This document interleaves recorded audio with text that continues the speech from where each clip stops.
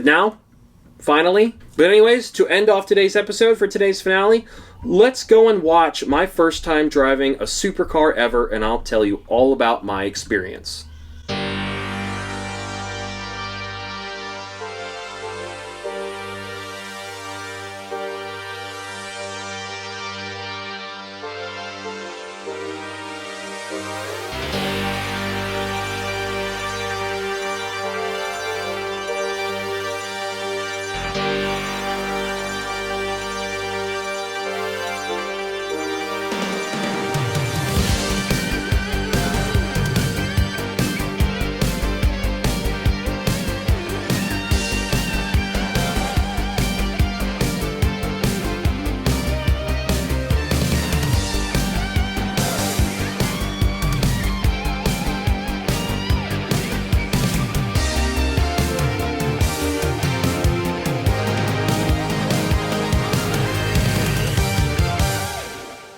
This is the interesting part of the episode where I tell you my experience with Extreme Experience, also known as a company where you can get in a supercar and take it around a track for a few laps and see what it's like to be in a supercar, but also see what it's like to be in a car with a trained professional driver showing you how to actually try and push the limits of said supercar, which I've got to tell you, it's actually a lot harder to do than you'd think.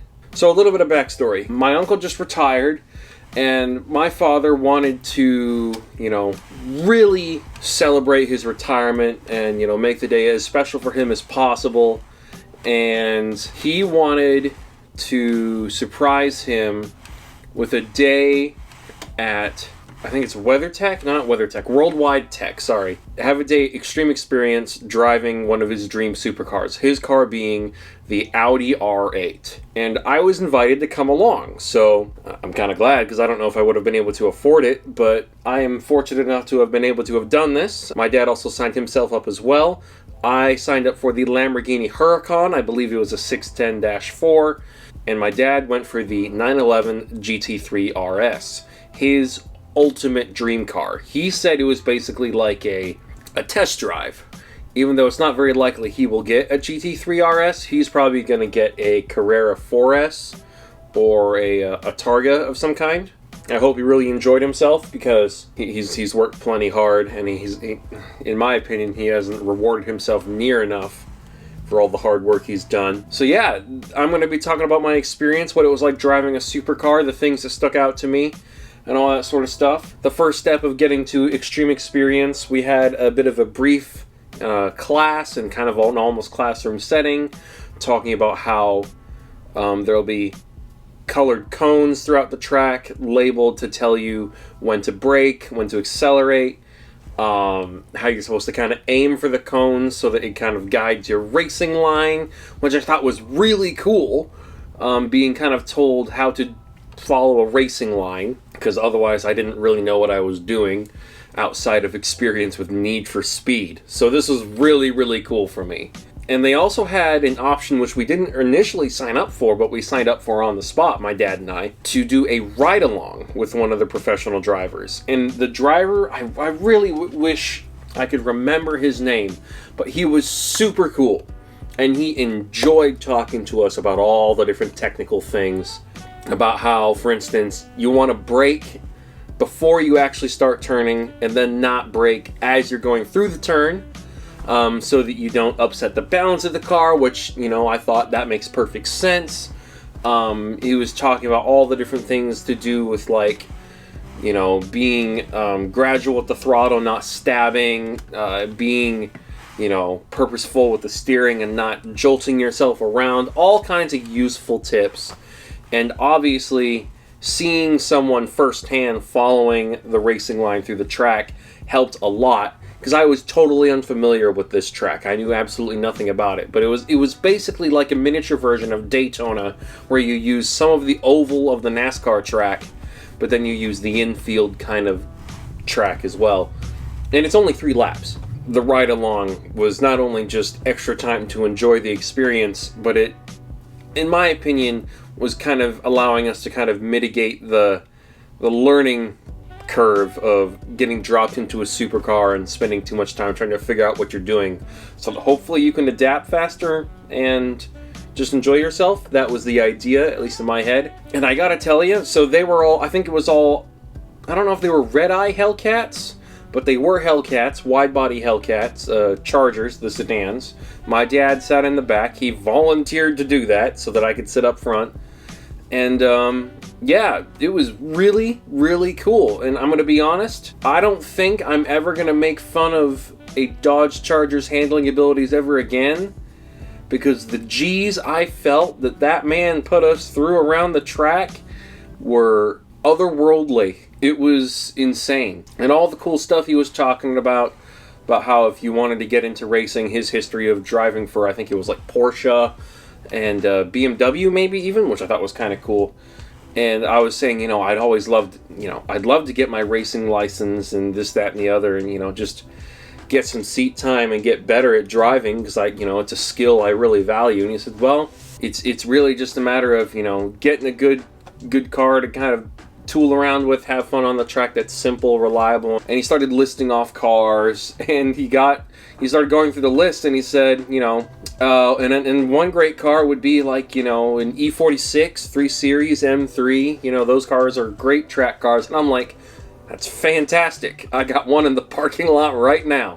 So, you know, that was a fun moment. We talked about, I think, snap oversteer.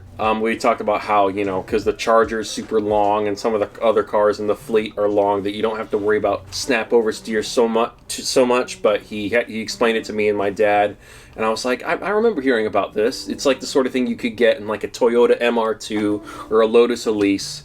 It just felt nice to be talking to someone credible, but be able to kind of respond to what he's saying with somewhat knowledgeable responses.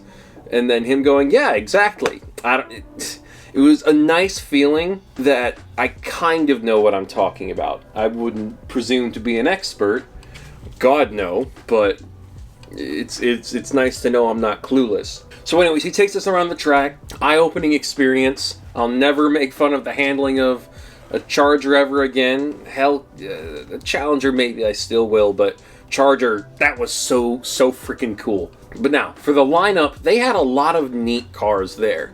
They had the 911 GT3 RS, they had Ferrari 488 GTBs, Audi R8s, R35 GTRs, I think they were standard cars, I don't think there were any Nismos, and Lamborghini Huracans. All of them, I'm pretty sure, were all-wheel drive. Nothing had carbon ceramic brakes. I even asked about that, because all the brakes were squealing, and I was like, ooh, those are some really squealy brakes. I know that performance brakes are typically squealy anyways, but I was thinking about it, I'm like, I'm kind of curious, do any of these cars have ceramic brakes? And he said, no. If we had ceramic brakes, we'd put them in a bulletproof case and hold on to them until we sold the car. And I'm like, okay, fair enough.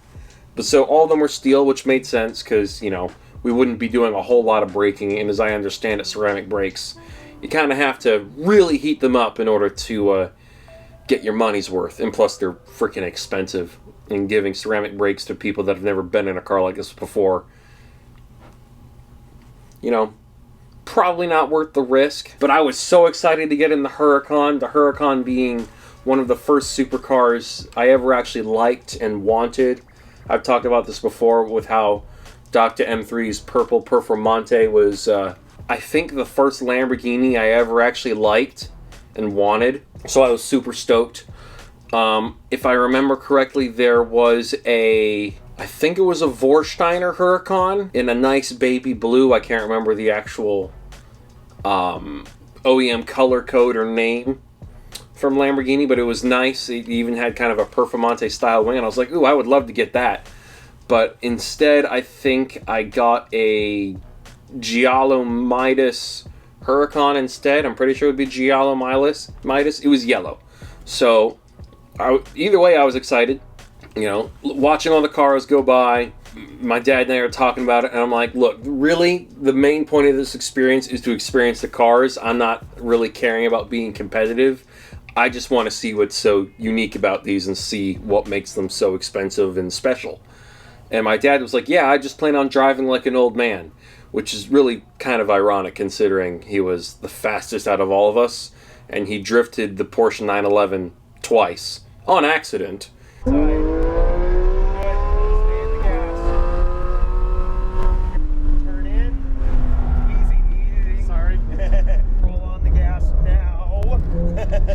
Early on the gas. Good job. Thanks for not crashing. But he went the fastest out of all three of us.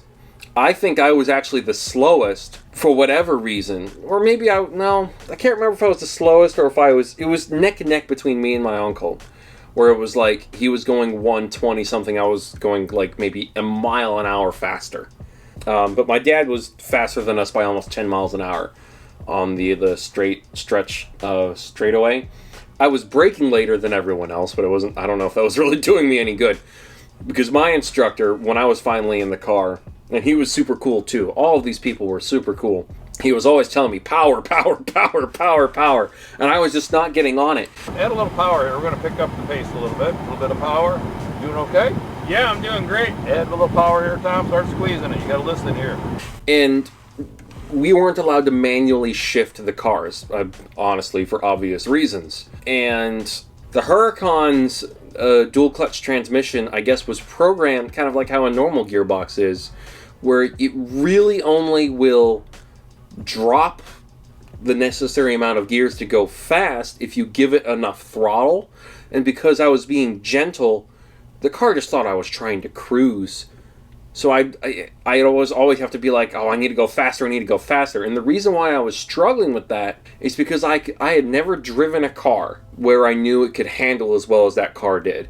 Because all of the corners on that track, I would be willing to do them in my E46 M3 at maybe 50, 60 miles an hour with my experience level.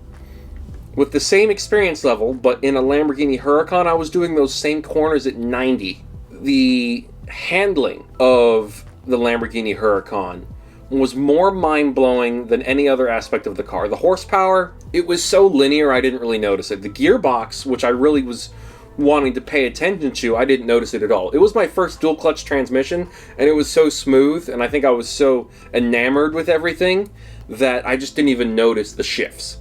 I did notice that it was annoying trying to get it down a few gears so that I could go faster. I had to really, give it more throttle than I was initially comfortable with. Power, power, power, power. But the main thing that blew my mind wasn't the power or the brakes or anything. It was just being able to carry insane speeds through the corners and the car just sticking to the road like it was on rails or a roller coaster or it was glued.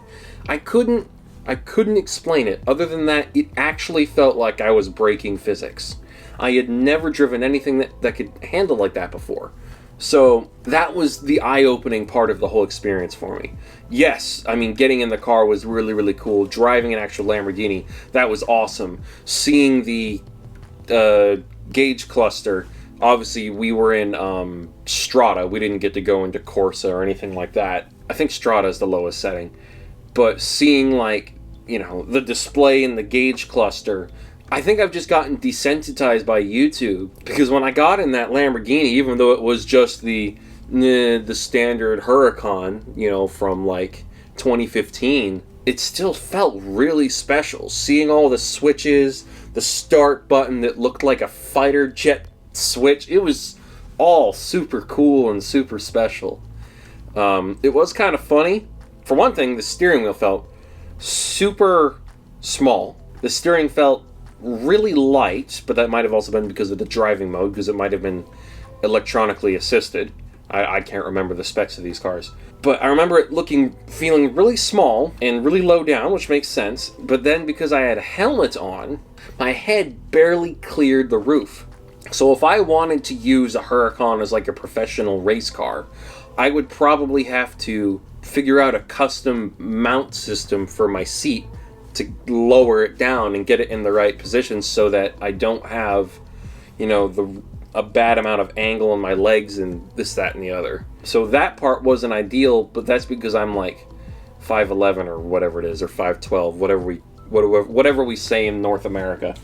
But yeah, I didn't get to use launch control. I didn't get to downshift or anything like that. I really wish I could have, just to see what it felt like. I'm pretty sure I had the stock or sport exhaust on the car, so it wasn't super, super loud. All the way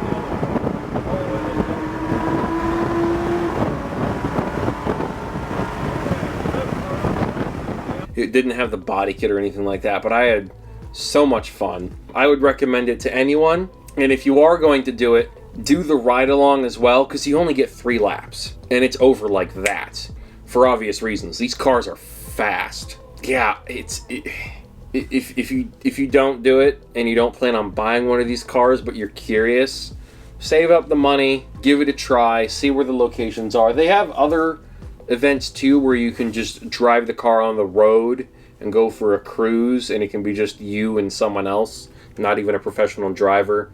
It would be like going on a rally in someone else's car. That's something else they offer as well. It's I'm trying to think if there's anything else. Oh, you get, obviously they give you the footage. You can sign up for the footage to be saved so that I've got everyone's footage, my dad's, my uncle's, mine. They take a picture of you. It's super freaking cool, man.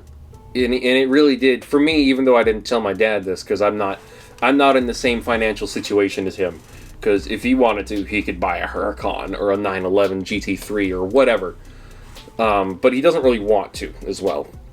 He wants something more like a 4S. Whereas I'm like, yeah, I'll be honest, even though it's a little early, I definitely don't have the money for it, but driving this Huracan was like my kind of test drive. Because the other curiosity that I had was because YouTube desensitizes you to so much crap. Where you just think, oh, if it's not the latest and greatest, at least for me, am I actually going to like it? Is it worth, even saving a couple $100,000 getting a base model? Am I going to feel like I'm missing out by not getting a Performante or an STO? I don't think I would feel like that. Even without the rear wheel steering, that car hooked.